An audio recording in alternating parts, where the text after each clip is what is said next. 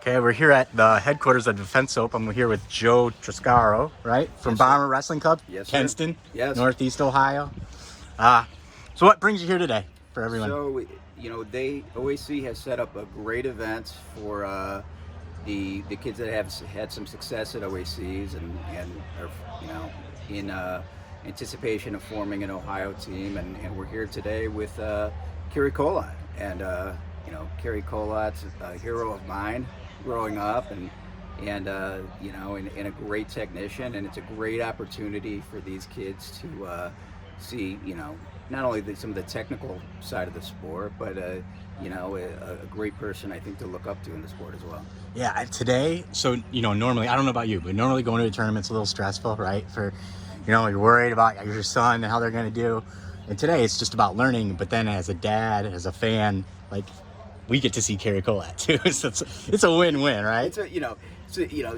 It's nice to have these types of events because, I think the dads get more excited than the kids, because I can sit there and watch a documentary about a wrestler, but, growing up and actually seeing someone that you looked up to and kind of, strive to emulate yourself as, it's a cool thing. So, we've got the kids are warming up right now, but there's about 50 dads behind them, And they're like not even a centimeter off the mat. Right. Like they want as close as possible. Right. Basically wanting to fall out on the mat and go out there and wrestle too. So it's a cool event, not only for the kids, but for the dads and some of the moms as well. Awesome. So your son's Teo, right? Teo. Sorry, Teo. So tell me about his last couple of years in the OACs. So, we obviously 2000, I want to say 19, he was an OAC state champ. 20, unfortunately, we had the COVID year, and this past year he ended up taking fourth. Okay. Yeah. Okay. What grade is he in? He is in fourth grade. Okay, so it's with that year off, and was he in the lower age? He was actually in the higher age bracket, but our goal in going all this is just continue to improve along the way. So, I'm happy if he makes the podium and places every year. I mean, I think that's important. But I think the goal in all of type of youth wrestling is just for the kids to continue to improve along the way. They don't have to be 10-time state champs. Yeah, exactly, and just get that experience. So then when they are at high school, I've wrestled in front of people like this before. Right, and that's the end goal. The end goal is not to win state titles when you're 8 or 10.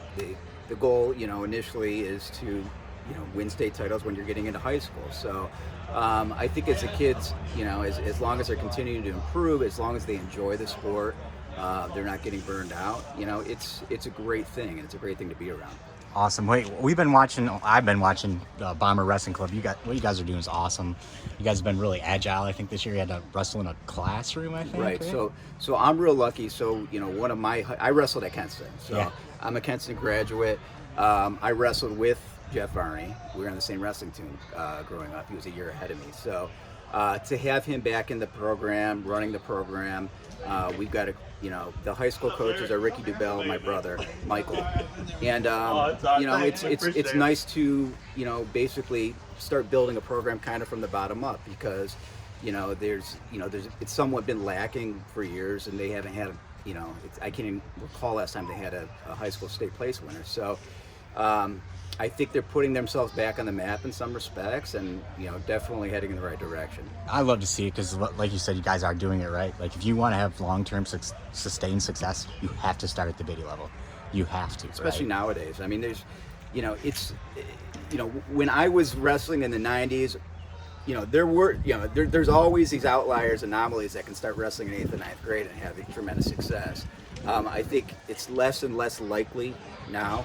The training that these kids get from a young age is unbelievable. I mean, you have young kids training with Cary Kolat today, and a lot of that stuff didn't happen as much back in the day. So the technique the kids learn at a young age and able to continue to build on that foundation is, by the time they get up into 8th, 9th grade, they're very technical, very skilled. So it's tremendous. It's very important, I think, to start building a program, from the bottom up nowadays.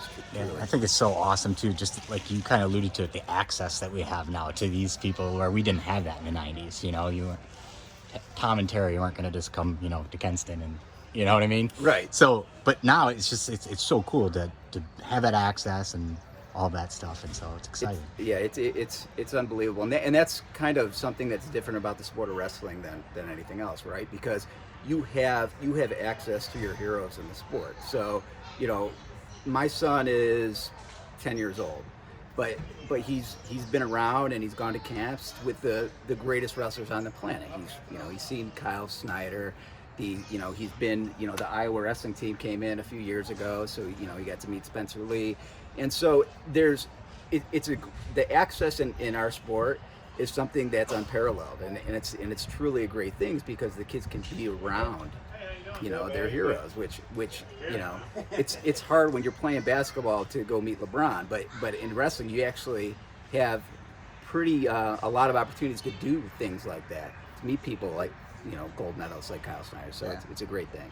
Well, we're happy you're here. I know you're probably chomping at the bit to get back in there to watch your son and Coach Kolat, Sure. And so am I. So thanks for the interview, and hope you have fun today. Not a problem. Thank you.